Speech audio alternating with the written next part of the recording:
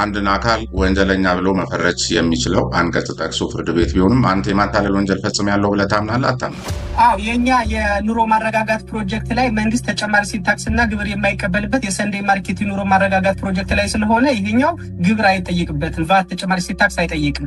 ይሄን ሁሉ ብር የሚያንቀሳቅስ ኩባንያ ግብርና ታክስ አይጠየቅበትም? ፕሮፊት ማግኘት እንዳለበት እናውቃለን። ልክ አንድ ነገር ማወቅ ያለብን ስለዚህ እኔም ለምሳሌ ሶፍትዌር ፕሮግራም እስከሰራ ድረስ ጠብቁኝ ልበለው ገቢዎች ህገወጦች እያሉ ህገወጦቹ ንግድ ስራ ላይ ባሉበት ሁኔታ እኛ ህጋዊ ሆነን ለመስራት ወይም ደግሞ ይሄ አንዳንድ ሙሉ በውልና ማስረጃ ለመጨረስ እንትናል። አንደኛ ያለን የኛ ድርጅት አወቃቀሩ የግል ንግድ ድርጅት ነው፣ ኬሲ ኦር ሼር ካምፓኒ አይደለም። ስለዚህ ህገወጦቹን ለማጥፋት እናንተ በህገወጥ መንገድ መራመድና ህገወጦቹን የሚያጠፋ መተግበሪያ እስክትሰሩ ድረስ ህገወጥ ናችሁ ቀጥላችሁ። አስፈላጊ ከሆነ እኔ በአካል መምጣት እመጣለሁ። ወለድ ለባንክ የተፈቀደ ስራ ነው።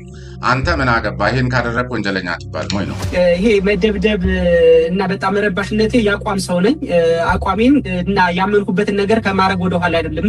ምንም ነገር ቢመጣ መደብደብ አይደለም ብገደል እንኳን ከአቋሜ ወይም ያመንኩበትን ነገር ከማድረግ ወደኋላ የማልል ስለሆንኩኝ በዛ አጋጣሚ የመጣ ነው። አቋምህ ስለማትናወጽ ብትገደል እንኳን።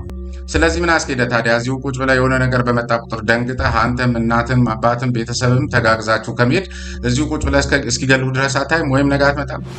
ጉዳይ መንግስት የሚፈልገኝ ከሆነ ወደ የምታዩት ስለሆነ ወደፊትም ማለት ነው። መንግስት ከፈለገ ግን ትመጣለህ። ገንዘብ አምነው የሰጡ ግን ሲፈልጉ እሺ ብለህ ቶሎ አትመጣም? ኖ እነሱ እኔን ሳይሆን ገንዘባቸውን ነው የሚፈልጉት። ኢቨን ስምህ ራሱ አንመን ይልቃል ነበር የሚባለው።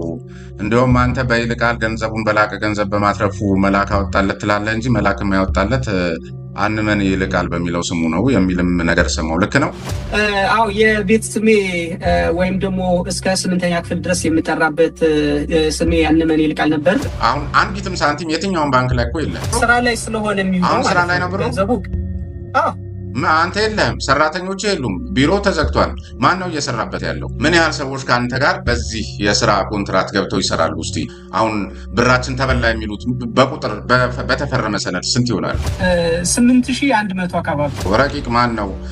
እንደውም አንድ ናቸው የስም ስወራ ካልሆነ በስተቀር። ረቂቅ በወልዴ ወንድሙ በገረመው በሚባል ሰው የተከፈተ ኩባንያ ነው። በተመሳሳይ ሰዓት የተዘጋውም ለዚህ ነው በሚልም ሰዎች ያነሳሉ። ረቂቅ ማን ነው? አንድ ናቸው ወይስ የለየቅል ናቸው? እኔ ድርጅት ውስጥ ከዛ በፊት የሰው ሀብት አስተዳደር የነበረ እና ለአንድ ዓመት ያህል እኔ ድርጅት ይሰራ የነበረ የዚህ የሰንዳይ ማርኬት ድንኳኑን፣ ሚዛኑን፣ ይሄ የአትክልት መያዣ ሳጥኑን፣ የዚህ ምንድነው የፈሳሽ ሳሙና ምናምን ኬሚካሉን ምንም ሳይቀረው ጠቅላላ እስከ ቁሮሌ ድረስ በቃ ሁሉን ነገር ተሰብስቦ ነው ሄደው።